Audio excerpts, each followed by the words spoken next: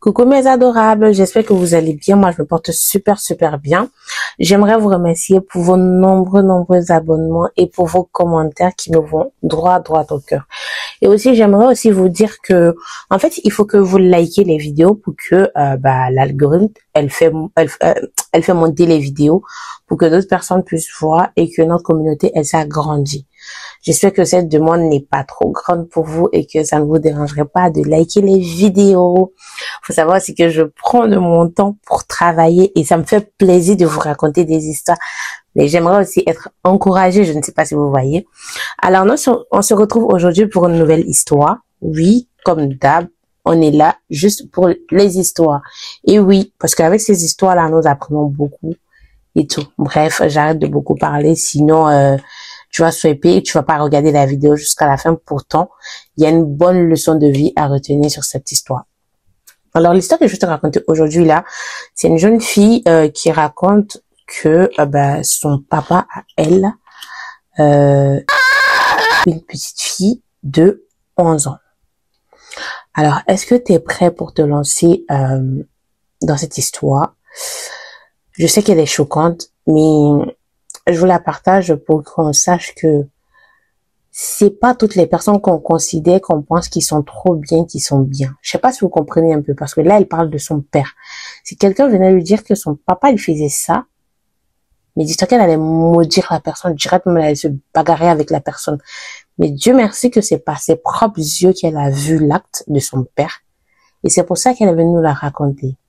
Donc, j'espère que là, tu t'es bien posé, tu as bien pris tout ce qu'il te faut pour pas te relever, pour rester concentré sur l'histoire jusqu'à la fin. J'ai vu mon père avec le sexe déant s'approcher d'une petite de 11 ans avec qui je dors dans la chambre. Il s'est abaissé et a commencé à toucher la petite, puis l'a pénétrée et a commencé à abuser d'elle. Je ne sais pas où commencer, tellement que l'histoire, elle me dépasse. Je vis avec mes parents et depuis le samedi 1er janvier, je me plaignais à Dieu de notre situation familiale qui ne change pas. Je lui ai demandé en pleurant ce qui se passait et je ne sais pas si c'est une réponse qu'il vient de me donner pendant que je vous écris. Je vous écris en étant désespéré et perdu. Je viens à peine de finir d'étudier, vu que j'ai un examen cette semaine. Et en étudiant, je me suis endormie. Et dans le sommeil, c'est comme si j'entendais quelqu'un rentrer dans ma chambre et j'ai senti une présence. Alors, j'ai ouvert les yeux doucement et j'ai vu que c'était mon père. Je me suis dit qu'il venait voir si on dormait tous. Et j'ai voulu refermer les yeux. Puis, ma voix intérieure m'a dit « Attends ». Alors j'ai attendu. J'ai vu mon père avec le sexe s'approcher.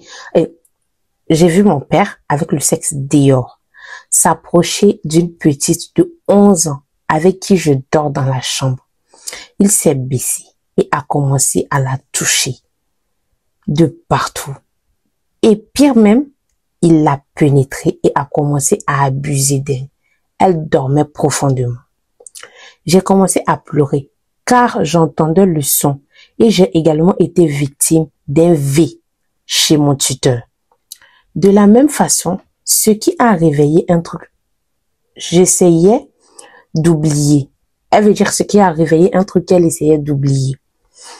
J'ai fait comme si je voulais me tourner pour me coucher sur le côté et il est sorti rapidement de la chambre. La petite s'est réveillée par la suite et s'est rendue aux toilettes. À son retour, j'ai fermé la porte à clé et je lui ai demandé si elle a vu quelque chose ou senti quelque chose et elle m'a répondu non. J'ai insisté et elle m'a dit qu'elle a senti quelqu'un lui enlever son caleçon. Le problème est que je soupçonnais que mon père faisait ça, mais aveuglé par l'amour qu'un enfant porte à son père. J'ai refusé d'y croire. Ça s'est passé d'abord avec une jeune servante qui m'a dit que mon père lui faisait des attouchements pendant la nuit. Et je ne l'ai pas cru. Je l'ai insulté copieusement. Tandis que moi-même, j'ai senti pendant une nuit que quelqu'un m'avait touchée et j'ai sursauté. Je n'ai plus un sommeil profond depuis le V que j'ai subi à 14 ans. Je suis sensible au moindre bruit et attouchement car ça m'effraie. Et j'ai vu l'ombre d'une personne quitter la chambre, mais je n'y ai pas prêté attention. Aujourd'hui, je viens de connaître la vérité. Je suis déboussolée et je ne sais quoi faire. Je veux pas qu'il touche encore à cette petite. Donc, j'ai décidé de fermer la porte à clé chaque nuit. Je veux en parler à ma mère, mais la connaissant, elle ne me croira pas et pensera que je veux mettre son mariage en péril, nos mamans. Je ne sais quoi faire et il me dégoûte. J'aime également mon père, car il est génial. Mais peu importe l'amour que je le porte, j'accepterai pas de le voir faire du mal à un enfant. Que dois-je faire, s'il vous plaît? Le signaler à la police? Parler avec lui comme un premier avertissement? Ou aller vers une personne de confiance qui lui parlera? Les gars, moi, ce que je n'arrive pas à comprendre, c'est comment une personne qui est mariée à une femme, donc elle dit son père, donc sa mère est là, ils sont mariés, il a la possibilité de faire l'acte avec sa femme, mais lui il laisse sa femme, il va abuser d'une petite fille de 11 ans. Pourquoi les hommes vous êtes cruels? Pourquoi les hommes vous faites ça? Qu'est-ce qui vous anime? Parce que moi je ne comprends, en fait je ne vois pas ce qui va pousser une personne à aller faire ce genre d'acte-là avec un petit être. Qu'est-ce qu'elle connaît, une petite fille de 11 ans? Et le comble, c'est qu'aujourd'hui en Afrique, il y a plein de petites filles qui subissent ça et qui n'ont même pas le courage d'aller le raconter à leur maman. Oui, tu as bien entendu, à leur maman qui est censée les soutenir, à leur maman qui est censée être à l'écoute auprès d'elles, à leur maman qui est censée les protéger. Parce que quand elles vont aller leur raconter là, c'est pour dire à la petite là que faut plus jamais parler de ça, hein. Faut pas que quelqu'un entende ça dans ta bouche, hein. Sinon tu vas pas te marier. Sinon tu n'auras pas de mari. Sinon on va te régner. Ou bien il y a certaines même qui disent, je n'aime pas tes bêtises là. C'est mon mariage, tu veux gâter. À quel moment, moi, grande, belle comme ça, là, mon mari va me laisser, c'est derrière toi, il va aller. Réveillez-vous. Réveillez-vous. Honnêtement, j'ai lu l'histoire. J'étais dépassée. J'étais dépassée et je me devais de vous en parler. Le moral que moi j'en tire dans cette histoire est que quand l'amour qu'on porte à une personne ne peut plus couvrir l'horreur qu'elle commet, il faut avoir le courage de briser le silence, en fait. Il faudrait que elle ait le courage d'en parler pour que son père arrête ces bêtises-là. Et protéger l'enfant.